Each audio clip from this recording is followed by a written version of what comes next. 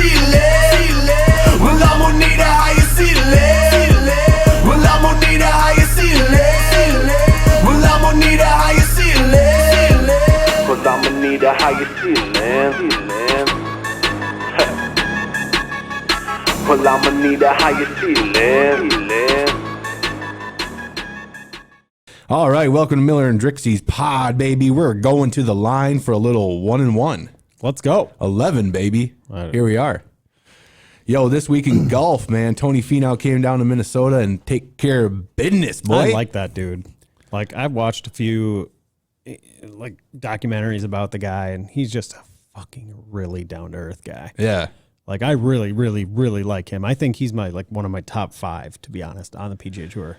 It looked like when his family, he's like got 5 kids under 6. That's what they. It looks like, dude. They're just going ham. And like I think why I'm like gravitating towards him, because I used to watch The Big Break. Yeah. And I remember when him and his brother were on there. Yeah. And I was like, when he made it to the tour, I was like, what the fuck? Yeah. I'm like, really? Well, then Tommy Two Gloves made it too. So I was like a huge geek about those two just because they were on that show. I really liked The Big Break. It was such a cool.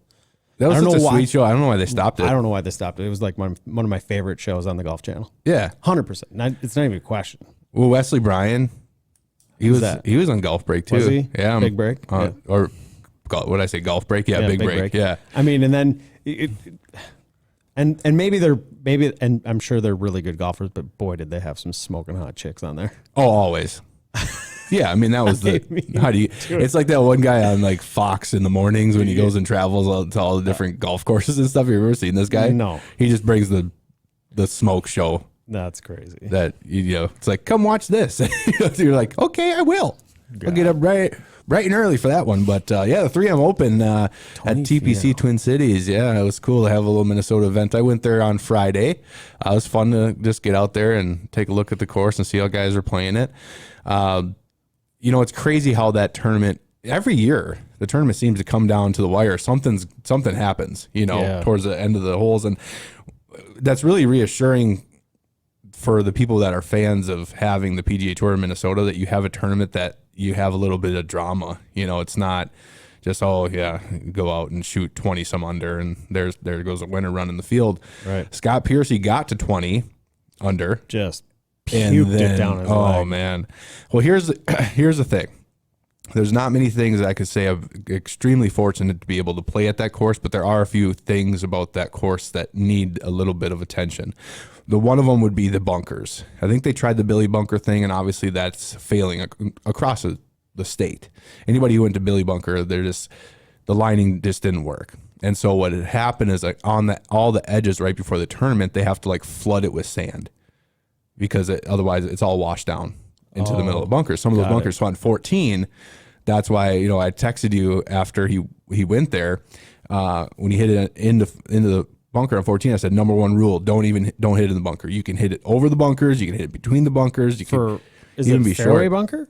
Yeah. So 14, where they're teeing off from, the bunker that's straight ahead on 14 is like 240 to get to it. The next one is 316 to carry it. So I think it was into the wind that day. And would he hit a 3-wood or something? Yeah, so hit a 3. It could have been a 5-wood too. Yeah. But he hit it and it plugged into the top of that bunker. It didn't come back down because it's just flooded up there. God. So he's just buried. I mean, just sticks on the top of that bunker. And so the best he could do is just try to chip it out. Now, when he got it out and it went into the next bunker, on 14, where that pin was is such a sucker pin, because it looks appealing that you want to go after it, but there's water all the way up front, and then there's a false kind of front right in front of the pin. So all I was thinking when he was standing over that ball is like, just bail out to the right, because once again, with the bunkers being the way they are, they're very inconsistent too. Some of them are firm and some of them are fluffy. 14, that's usually been a big issue, keeping sand in those bunkers, so very, very fluffy. Now, of course, he wants to go pin seeking because he's just afraid, but at that point, he was only hitting 3. And where the pin is, like I said, he could have hit it the same distance and just bailed out to the right, easy chip, putt, get your bogey, move on, and still be in a good spot. Now, Finau birdied 15, so I think he would have still been Up 1 or up 2. Yeah, not even. No, he would have probably been tied at that point because it would have been a 3-shot or 2-shot swing. But then he went pin seeking, and exactly kind of what happens out of those bunkers, even for the best guys in the world. If you have inconsistent bunkers, you're used to hitting out of certain ones, and plus with all that pressure, yeah, you just hit it fat. What did he do? Spin it? Oh, he hit it fat. He just hit it fat because, like I said, it's one of those things that if you're watching the tournament, and these are the best players in the world, and you go, well, how did he hit that shot out of that bunker? He had a perfect lie. It's because if you don't know the course, which I'm fortunate to know the course, you kind of see those little nuances, and you're going, oh no. You're already running this through your head because you've been there, you've seen guys do it. Guys that hit the ball pretty well. It's just you're kind of watching this all play out in front of your eyes, and it did play out in front of your eyes. Scott, you're going to want to put that one a little bit back in your stance. Right. So he goes in the water, then he has to drop, and then he chips up, and then he almost goes in the water again because he hits it short again. Oh my God. But it stays up on the hill, and he chips up. Wheels makes a 7. Fell off. Then I think he bogeyed 15. He might have bogeyed 16. I think he parred 17, and it didn't matter after that. He was it's kind of over with at that point or something, wasn't he? Yeah, he dropped down. I think he got back. I think he might have birdied. No, he birdied 16 because he drove the green. Okay. Drove the green. He 2-putted. So he birdied 16, and I think he ended up T4. Okay. By the end of it, that's Pierce not did. good. But you got to think the guy hasn't been in the running since 2008. Yeah. He hasn't even been there, since 2008. So that would have been a big win for him.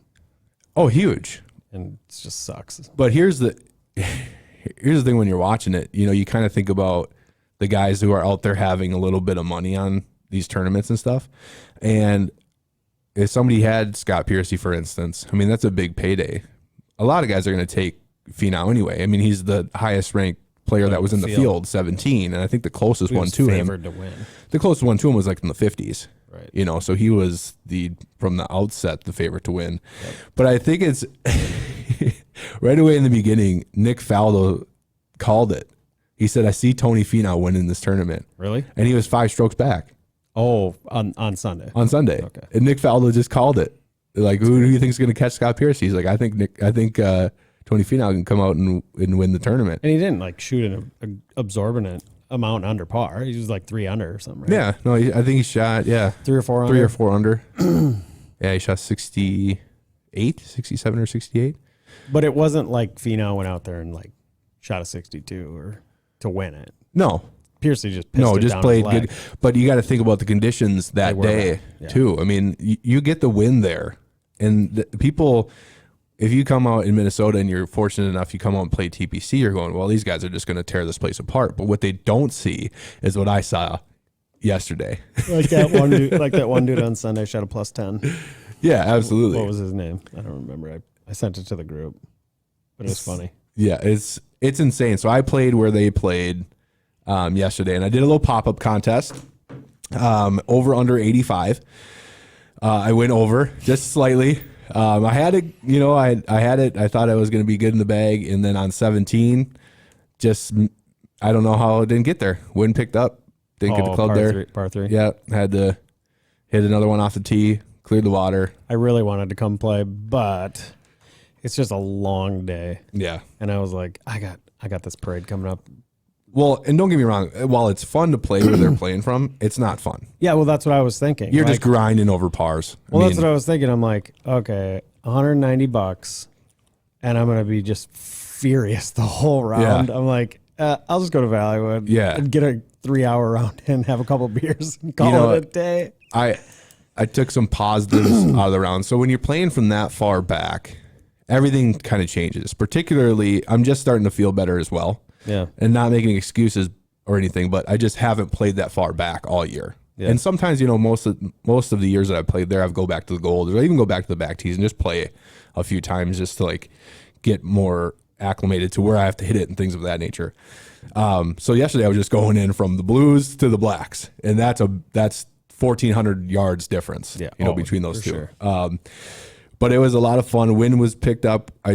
my initial tee time was 11, but I was looking at the forecast like, nah, I got to get out earlier than that. So I got out at 9, just got a little rained on 18, just right at the end. Well, you so, should have told me you were going to go off at 9. 9 makes my day a whole lot different.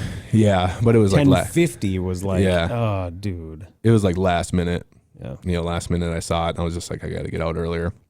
But I played with another member out there because I wanted to make sure I played with somebody that, Yeah. we were basically the same, but it was the first time I ever met him. And I kind of told him what was going on. And I was like, hey, let's just play a little friendly match. And we did. And we ended up, I think I won the front, he won the back, and we tied the total. So it was a perfect day. We had a lot of fun.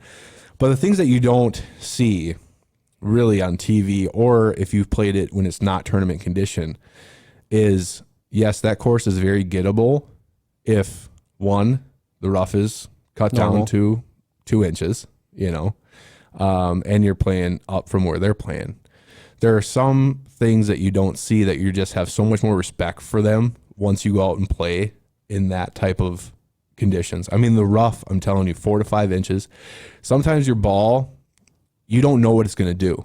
It could fly out of there, or it could be hit fat. And I didn't have a lot that flew out, so a lot of the shots I clubbed up, and I can get out of the rough because I have a higher swing speed. Yeah. Most amateurs aren't going to be able to get even out of that rough. Yeah. We caught up with this junior, for instance, really good junior golfer, and we caught up with them and we're like, hey, we should just join together because there's just 2 of us and there's one of him and his mom was with him or whatever. Really good stick, but if he was in the rough, he's not getting out. No. I mean, I watched him get in the rough and literally really, really good junior player chunk it twice in the rough. That's how thick it is out there. And so you don't see that stuff on TV. They make it look so easy. Like, how are they that accurate out of that rough? It is just insane. I mean, this morning, I'm just getting old. My wrist is like, what did you do to me yesterday? Wow.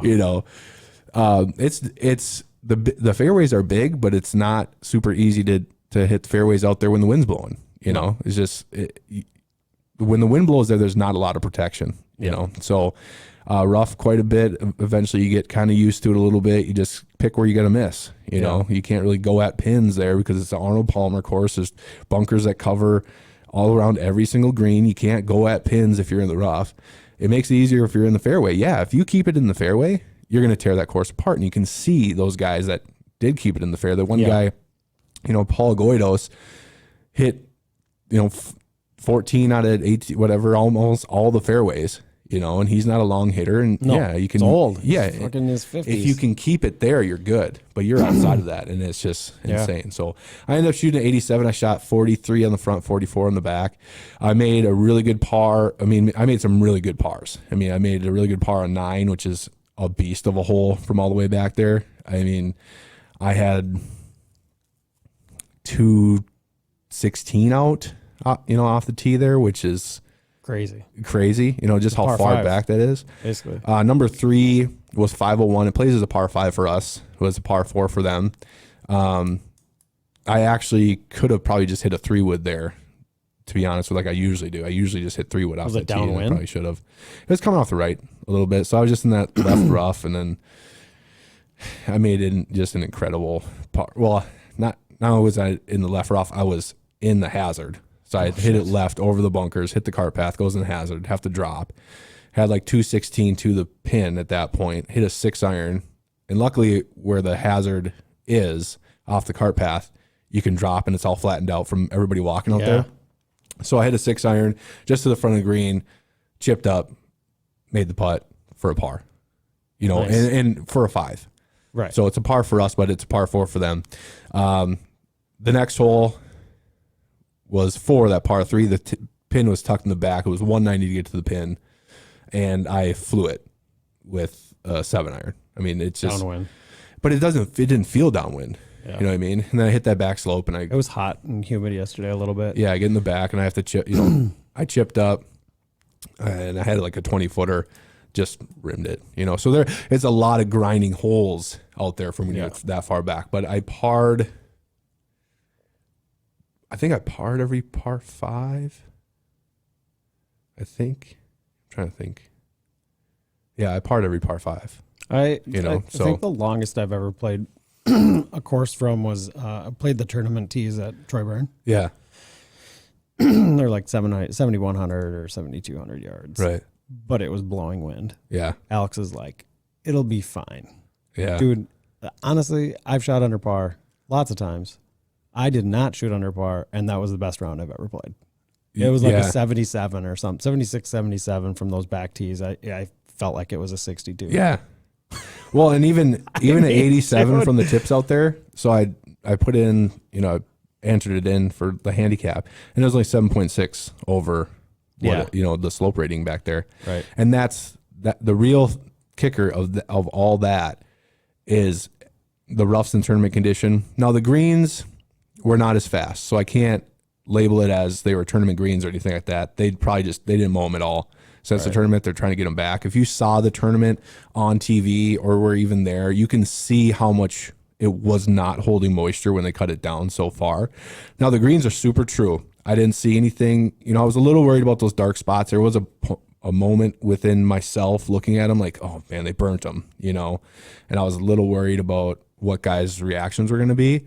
But from what I'm hearing on the tour, I mean, some of the best greens they get to play on. I mean, they're so true. Right. There, even if they look burnt on TV or anything like that. So it's so hard to hold moisture when we didn't get a lot of rain, and you have to cut them and roll them so that they're rolling at a certain pace that makes the tournament quality. So, I can't blame fast greens. They were probably 9.5, to be honest, 9.5, 10. They were not fast. I mean, by any stretch of the imagination, but it was a good time. So, all that being said, we have the people who entered is a little pop-up contest. I said over under 85.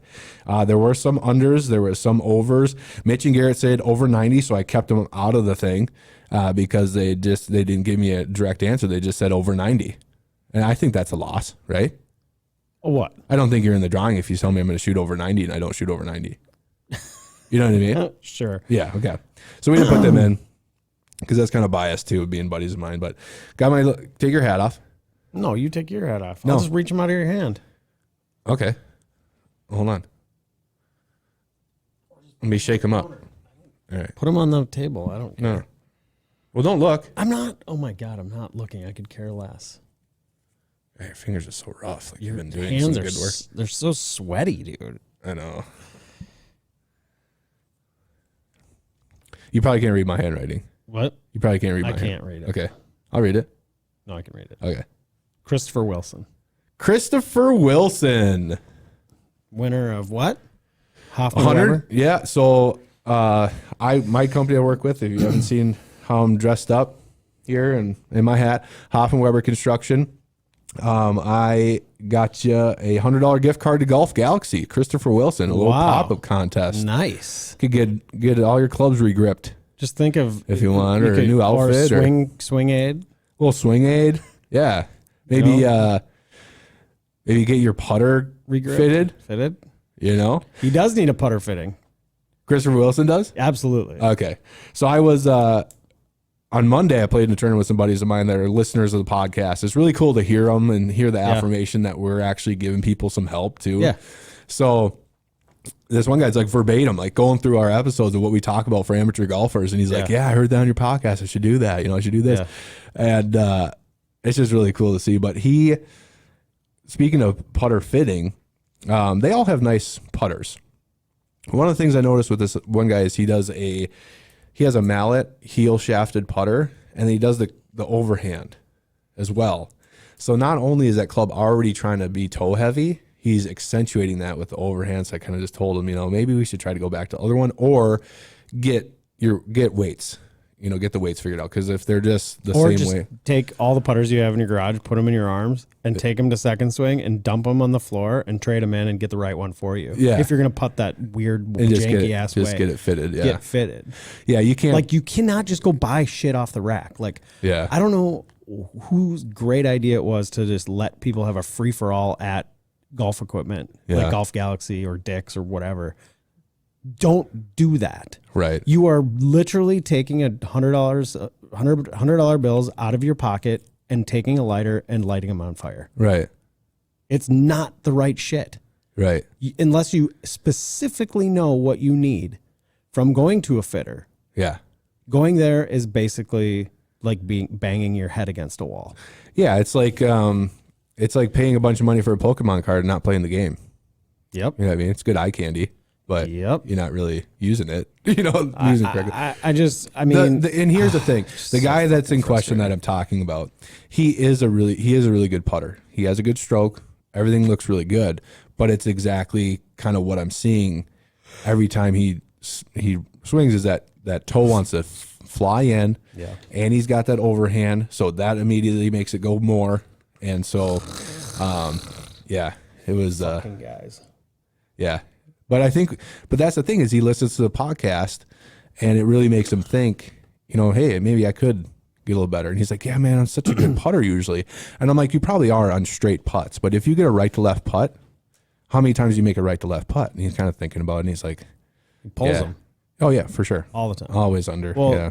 It's not even just at that point, right to lefts get missed and pulled because you're watching the putt in So, well, no, his is, he's lining up exactly like he should. Yeah. It's just that putter's trying to fly in. So I'm glad that we could help him out. But we had a good time on Monday too. We played, it was a charity scramble. It was the last one of the year for that particular fundraiser that they were doing out there. They've been out there for 24 years at the Mankato Golf Club, private club out there in Mankato. Really nice course. It's the little quirky things, there's some gimmicky holes and things of that nature, but all in all, just a good experience and good club out there.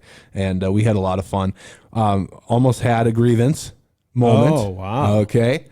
So it is handicapped, which I really like. There was no. How do you handicap a scramble? So I'm about to tell you. Okay. If you said just stay a little patient with me, okay? Because I didn't know either. And but it makes a lot of sense, and it's actually a really good format. Is the four guys, they have it's a 5-person scramble, so we all put in our handicap. They handicap it. We ended up shooting 13 under with no mulligans, no nothing, and I think we ranged from me. I was 6, and then there was 2 16 handicaps, and there was 2 20+ handicaps on the team. So at the end of the day, we took 4th. But the team that won with handicap, they were sub 50. So they were 49 after their handicap. We shot a 58 and we got 7 strokes off, almost 7 strokes off with our handicaps combined. I think they do like 50% and they just work their way down percentage wise. We lost in a scorecard playoff for 4th. Otherwise we were tied for 3rd. Oh. Okay. Which was fine. The prizes, if we would have took 3rd, was a case of wine. And I was like, what am I going to do with that? You know what I mean?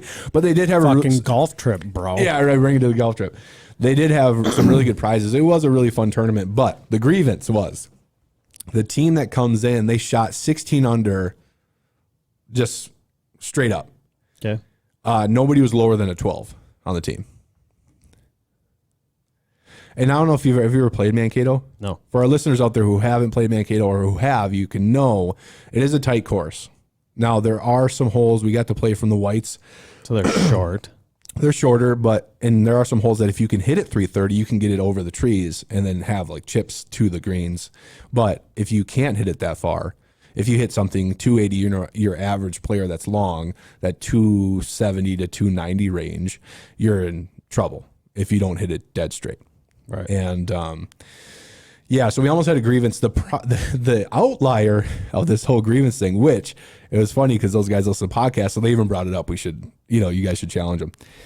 The thing that I didn't think about was angry drunks. Oh, so these guys were the loudest people in the clubhouse that won it. They were all blasted out of their minds. What?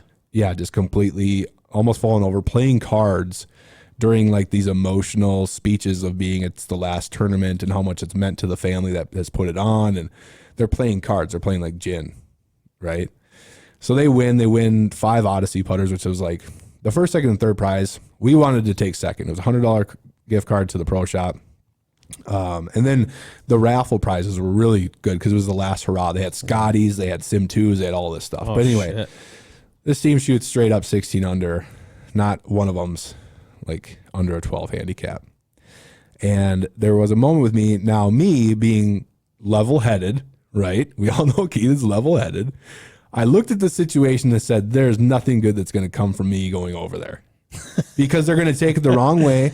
They're all sure. falling over inebriated. Pump their chests. One guy threatened my buddy's wife that he was going to hit her over the head with one of the putters. Why? Because she asked him to see it.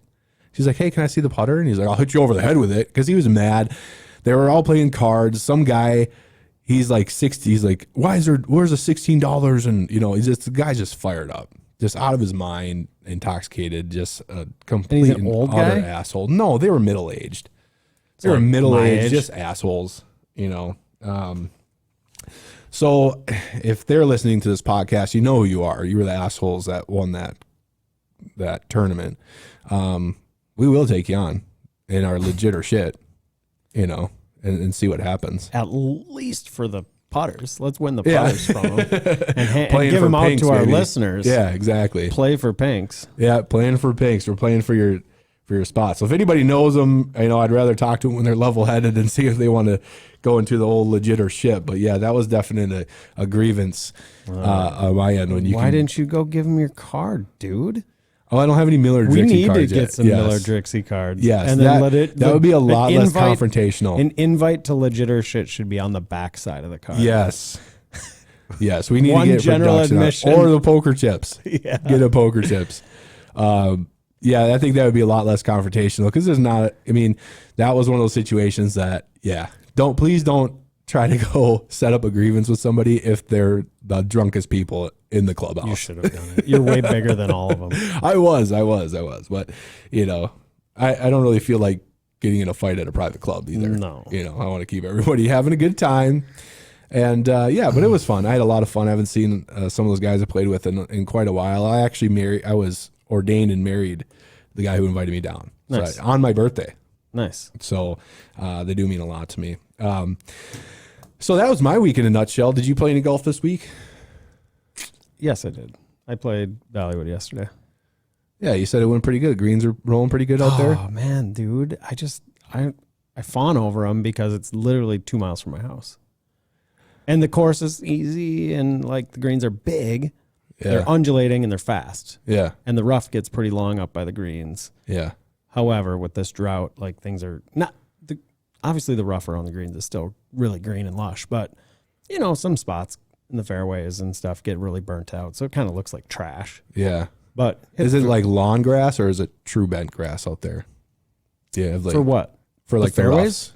The roughs. The roughs is like regular rough, like whatever, bluegrass or whatever. Yeah. Bent grass fairways, the greens are great. Like it's awesome. It's just a good muni. Like I just really like it because it's hard. Yeah. I mean, it's easy for you me. Said it's but easy. And well, then now you're it saying it's hard. used to be fucking hard, man. Like I used to not play there because it was so hard. Yeah. And now it's. But you still can't hit a lot of driver there, can you? No, you got to hit all your clubs, it's what I told my buddy yesterday, who's a member at Brackets. Yeah. I just said, it's a glorified range session for me. Because I can go out there and I'm hitting literally every club, everything. Everything in the bag. Yeah, like the first hole. What do you hit? 4 iron, 4 hybrid, tops, gap wedge, pitching wedge. Then you're hitting 8 iron on the second hole, 8 or 9 iron.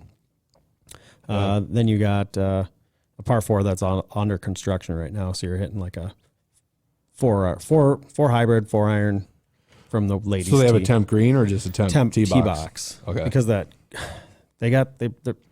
they sold the corner property on Pilot Knob and McAndrews. Okay. It used to be an old farm. Yep. Well, they bulldozed everything there and they're building this like senior living complex. Okay. So I think what the city's waiting to see is where that building is, like the edge of the building is going to be, to figure out where they're going to put the tee box, because they don't want people snap hooking fucking drives into the building. Brand new building. Yeah, I mean that's my only. I don't know. That tee box has been under construction for 5 years, so I don't know if finally when they sold that they were like, well, fuck it, we're gonna For 5 years. Oh yeah, yeah, like that. Oh. Well, I mean, yeah, I think so. And then what's the pace of play like out there? Fast. I could always get on. It's really any fast. time of the day. Pretty much. In the mornings, it gets a little sussy with some senior leagues and stuff. Yeah. But that's only 9 holes. Retired folk. Yeah. You're not far from there though. Easy. You're almost there. Easy. Couple more years. Retired folk don't typically shoot all their rounds in the 70s, bud. No, that's fine. You're gonna be a good senior player. I am gonna in a couple of years. I'll shoot my age. 50. I won't fucking be able to make it to 70, dude. No. I I feel like that's what everybody says. Oh, playing golf, dude. Man, my joints are hurting. Yeah. Yep, all of them. Hip was giving me zingers yesterday. Just like stepping and like bending down, it would like almost put me on the ground. That is such a like speaking of grievances, when people say that golf isn't a sport, it's like, okay, so have you ever played? No. I'm like, go play around and see how you feel in the morning. Yeah. See how you feel in the morning. We just do havoc on our backs. Backs, hips. We don't stretch properly, and we don't do any of that stuff either. Amateur golfers don't. They show up and they just go take a couple swings, a little bit of this, get out the car, hold the top of the car, bend their back a little bit, and they're like, "We're ready to go, Bob." Hey, I would love to show up, go into my locker room. Yeah. There's a massage person there with a fucking hypervolt, just fucking massaging my shit out, stretching my hammies, all that stuff. But guess what? That does not happen. I told the wife to do it, and she told me to get fucked. Oh. No, I'm just kidding. But that would be the response if I did. That's called precognition. If you ever go to marriage counseling, that's called precognition. You haven't even asked yet, but you just know how it's going to go. Yeah. And then when it happens, you're like, see? I knew it. I knew that was going to happen. Yeah, dude. So I've actually been getting people listening to the podcast, telling us they like it. Yeah. They're comparing us to Break 80. Yeah. Or whatever. Is it Break 80? Break 80 is the other one. Yeah. And they just say they're way too serious. You guys are way more fun. Yeah. And I'm like, yeah. That's what we just tried to do days ago. And yeah, we don't have a script. We don't have the. And I'm not bashing them at all. No, I think what he's doing is great. He has a great presence. And if you get a chance, listen to their podcast too. It is two different kind of aspects. Yeah. One is very serious. We take some things pretty seriously. But if you want to, we both have a good variety. Yeah. So I think it's just good for Minnesota in general, and for listeners that like to listen to podcasts on their way to work or whatever have you, or just chilling at home. It's just a good variety. For sure. We're not carbon copies of each other at all. So that's, not saying one's better than the other or anything like that, but we're definitely, it's good that we are not like the same exact thing. Correct. Because that would be like, just I can't even say we're having a competition with them because we're just two different podcasts, like altogether. Yeah. So, but yeah, those guys are great. We still want to play them though. We do, and he plays out at TPC. Oh, he does. Yeah. So, dude, we'll make it happen. Why don't you set it up? We'll make it happen. I want to keep the animosity low. I don't want this to be like PGA and Live right now, which is just a nightmare. Remember in the beginning, everybody was just like, "Hey, they're gonna be cool. Everything's gonna be fine. We're still gonna be friends." But now this FedEx Cup thing is happening. What do you mean? Okay, so the Live golfers, right, that are in the FedEx Cup, like are ranked in there, the top 125, they're coming after the money. They're saying, no, we're still in the FedEx Cup runnings. We still should be able to play in the championship. So what that does is you look at this 125, and you see the guys that are just outside of that, and you look at all the Live golfers that are in there that now are saying we need to stay in there for the year and be in the championship or be in the playoffs. Are they getting attorneys? They're going after him. I don't know what it's all going to happen, but now it's these guys that were like, oh yeah, we're still going to be friends. Yeah, go, you got to take care of your family or whatever. We'll be friends. Now you come after their money, and no, they're not going to be. Well, I don't think they were ever like, oh, we're going to be friends after this. No, Monahan was like, you leave, you're never coming back. Yeah. No, I'm not talking about like the corporation of PGA and the players. I'm talking about the players in general. Oh, the players and the players. Yeah, that wanted to be, cordial and be friends. Like, hey, man, you're going to Live. I'm going to stay in the PGA, and we're still going to be friends. But now you look at Live going, oh, no, we're coming back to FedEx, and we're going to play. And we're in the top 125, That's crazy. We should be able to play in the playoffs. So that's going to, and I don't think this is going to end just there. Do you think like this could be a consistent thing year after year after year that they come back and say, we're in the FedEx playoffs, we're in the top 125, but we still are points wise. Because unless they leave middle of the season, and they have a full field for Live, so it's not like anybody else can defect. They have to. But the points don't, you know what I mean? The points. I know, but they have to get into Live now, you have to play in. Like there's a new play-in since they have full fields, Yeah. full teams. Right. Now they have a play-in tournament, qualifying school, whatever it is. Yeah. So the bottom 3 or 4 on live each year get the fucking boot. Right. Where are they going to And then there's a play-in for those 3 spots. Yeah. Is what I read. Okay. Maybe it's a little different than that, but that's kind of what the gist I got of it. They won't just keep expanding the field, or I mean, maybe they will at some point, or add more tournaments. But I think for what they're trying to do, they're not trying to have more tournaments.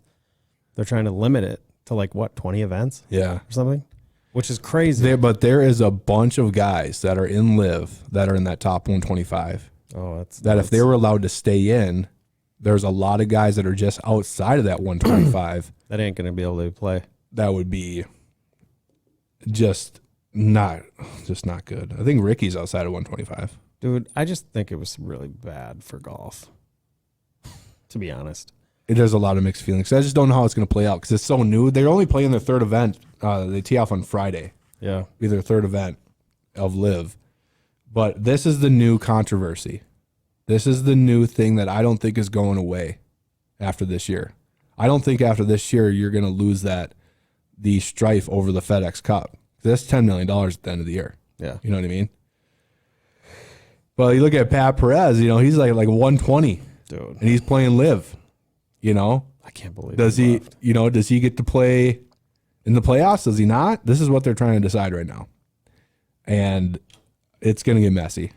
Well, I mean, here's the It's thing. a soap opera right now. Just a soap.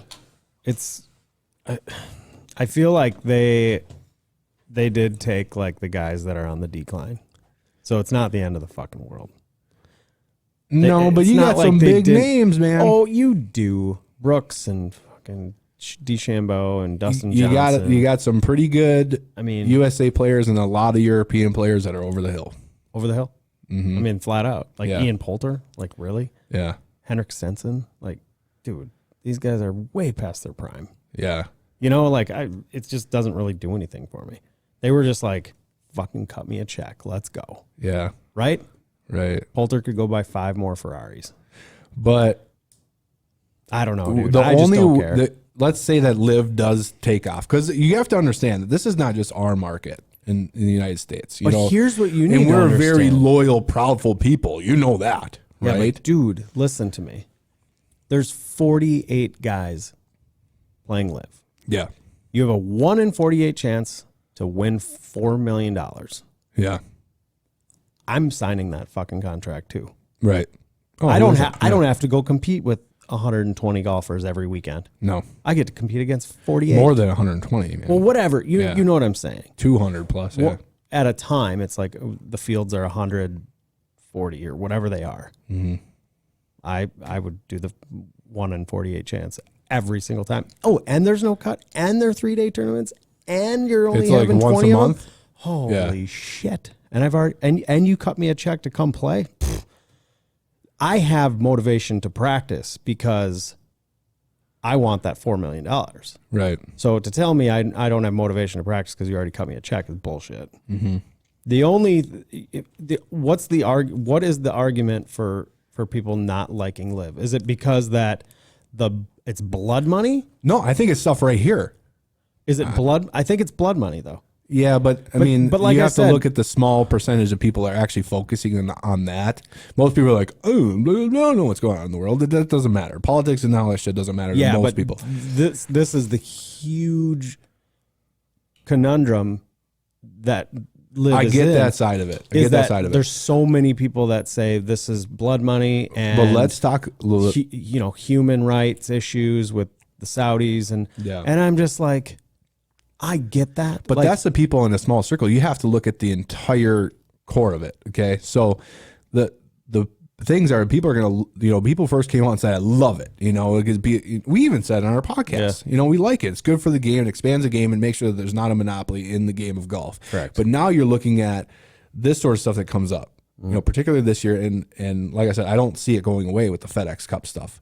And that's where now we're going, okay, it's like a divorce, it's a divorce. We need to figure out whose is whose and which is what, and there's never a good resolution at the end of the day. You know what I mean? So we'll see how that all turns out to be. I got to imagine that it's not going to be something that is going to be easily resolved. I mean, that you're talking about something that you're going to have so many guys that are going to be just pissed off at each other because you went and played on that tour. Now you're coming back for my money on my tour. Yeah, but you know what I mean? They won't have FedEx standings next year because they haven't played in any tournaments. So, but don't they? No. It's not top 125 in the world. It's top 125 or whatever it is for that first week in FedEx points. So it's points based on how they've performed throughout the year. But what happens? Not from what previous happens years. then? Let's say a guy comes in and live, and they get to win the Open. Doesn't matter. You know, I don't. Winning the Open alone is going to get you in the top 125. I don't know, man. Yeah, I think it's going to be crazy. I think it's going to be crazy. Above Let's my see it. pay grade. I know. We'll just see it all unravel. Something that is at your pay grade, though. Big frickin' week, buddy. Draft week, huh? It is a big week. So what Golf do you guys trippers. For the golf trippers? Yep. That was a quick transition. Let's just get back into what Jake's good at, and that is this golf trip that has like been your baby for most of the year. You've been taking care of it, changing its diapers, making sure it's well fed, you know. And here we are. This is draft week, so Sunday's the draft, and I'm gonna have to come in on Zoom, so I apologize for that. But you guys are meeting. Where are you guys meeting? We're meeting at Valleywood. We're Valleywood, gonna nice. Play a little round before a little net, just stroke play. Yeah. For I don't know. I told everybody $5. Yeah. Keep it simple. Let's see if 50, 30, see if it 20 takes how long it takes you to get the money for that. At the tee box, like $5, dude. Come on. I'd bring $5 worth of pennies and be like, here you go. I put this thing I've taken from its infancy, so I have been changing diapers. Yeah. But it's fun. It's something I like to do. You know, the golf trip that I was on for years and years, nothing. Well, yeah, there's lots of bad things about it. So I did a lot of things to make this one right. Yeah. And I learned from all those mistakes that we'd made over the years, or they'd made over the years, because I never got to have a say in shit. And so I was like, you know what? Some responsibility. I just get so pumped. It's like literally, sorry, wife, sorry, kids. It is literally my favorite weekend of the year. Yeah. Golf trip like this. I mean, I did go to Ireland. That was fun. That was great. Like once in a lifetime thing. I didn't get to pick who went. I didn't get to pick anything of it. Yeah. So it's like, you're just along for the ride. Right. You're like a third wheel. Kind of. Yeah. Yeah. I was like, you know, someone dropped out of the trip, so I got added. So I was like here we go. I'm like a fifth wheel, you know. But this is just, you know, something I've always wanted to do, but I was always like caught in the trap of the other trip that I was on, and they didn't want to like make it into this majestic unicorn where I was like, fuck that.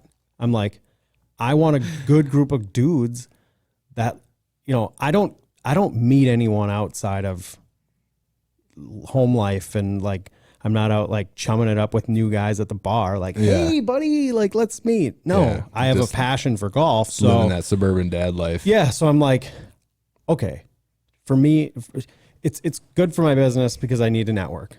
But I hate I hate networking at like real estate events. And it's like, because it's always It's like,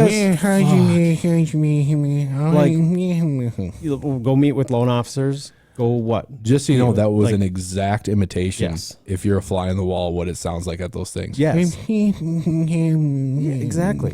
Like whose dick's bigger than whose, and who's got the most. That's exactly who has the most crystal fucking trophies on their shelf. Yep. And guess what? Like I've been doing this real estate for 20 years, and I do things way differently. Yeah. I just do.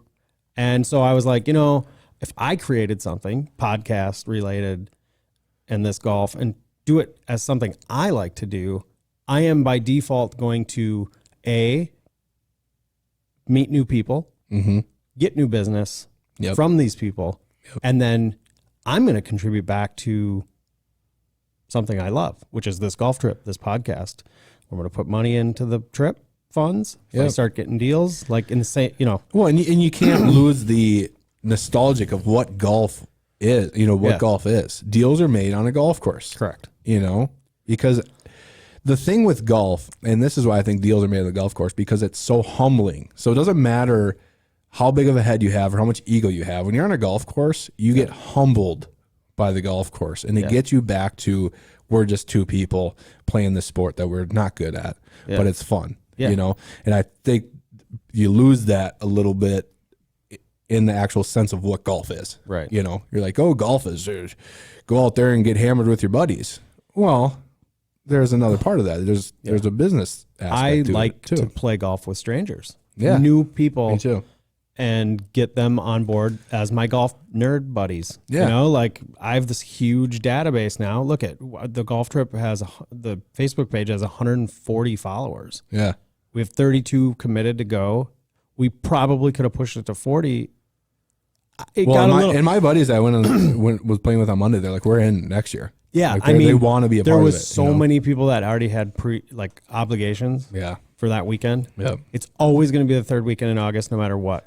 Right. If you're getting married again, don't schedule it for the third weekend in August. Yeah. You just tell. Here's something that we had to think about too. So my son's birthday's on the 19th. Oh, so we got to look at some of that too. But so what do we got to do? We all got to send him a present. Yeah, I mean, I'm going to do his birthday celebration. I'm not leaving until the Monday or till Friday morning. Yeah, I'm going to do his birthday celebration early. But anyway, all that aside. Yeah. So let's focus in on the draft part of it. So Sunday's the draft. What are the captains looking at as far as, do any of the captains know all of the players? No. Some of these players you don't even know? No, I know most, like probably let's say 60%, 60 to 65%. I played with Kevin, who I'm co-captaining his captaincy. Yeah. We golfed last week at Emerald. So I did golf another round. 2 under, by the way. Nice. It was from the Blues. Yeah. It wasn't anything special.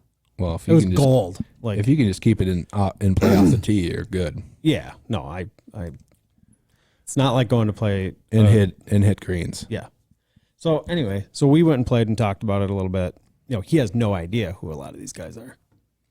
Okay. So he's relying on me, but I mean, and what about the other two? Do they know anybody? Here's the deal. Like, it's handicapped.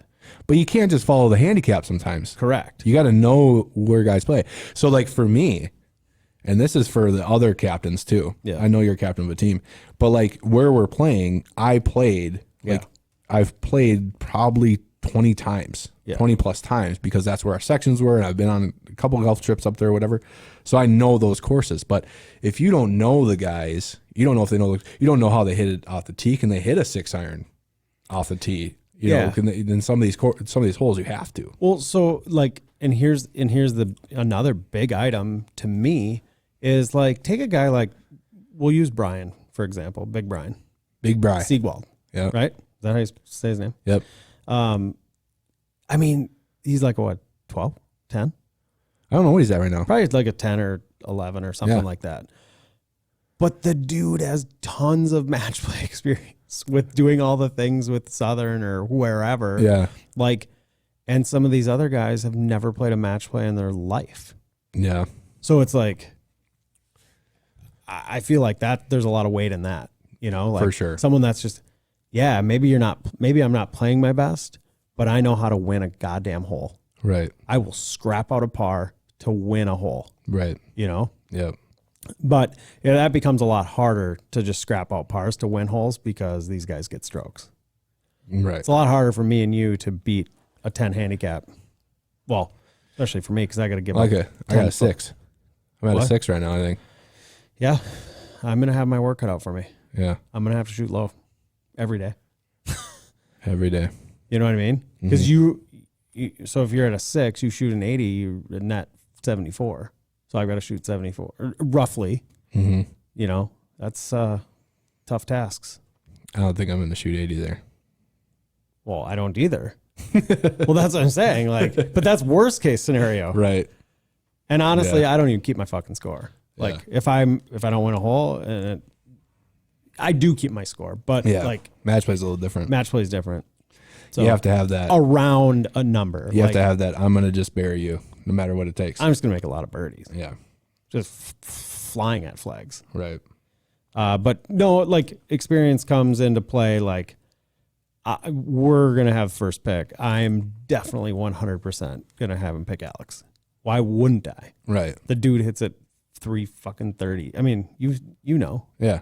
But he's really good. Like short sure. game is by far the best out of the whole trip. I mean, I know yours is good. Mine's shitty at times. His is never shitty. Short game. Yeah. Driver, sure, can get squirrely, but he can just go up there and bunt a fucking, 3 iron or whatever. Yeah. Because he's got that driving iron. So he's got to go first. There's a kid that's like a 3 handicap, but has no tournament experience, no nothing. Right. So I don't know if we just go right down the list of handicaps because they're updated up to today. Well, you got to think about, you look at like fantasy drafts and stuff. Yeah, they usually have a cheat sheet. Yeah, and most of the time, the top 15 kind of just go down there in order. And it's but then snake, towards the end. Yeah, that's what we do in our fantasy draft. We do a snake draft. Yeah. So Which, we'll get if one. You're in that, they'll get 2, 3. Some guys like to be 5. that 10th pick because you're just snaking it. You're snaking it back to the second round. But yeah, it'll be fun. It'll be interesting to see what the teams are and all that good stuff. I saw you sent me a picture of your the ball markers with your faces on it. Team ball markers. You could have found a little bit better pictures. So I know there's worse pictures out there. I picked the worst pictures. Really? I purposely. I tried using one of Keith's from like 10 years ago when he was like in high school and he fucking got all butthurt. Did he? Oh, he's like, change that immediately. I'm like, dude, I'm pictured with a fucking dolphin. I'm like, you're standing there like this, like he's like this in a picture from high school and he's like mad about it. I'm like, I'm literally like holding hands with a dolphin and you're mad about your picture. I'm like, you were so happy in that picture. You're like, I'm becoming one with the.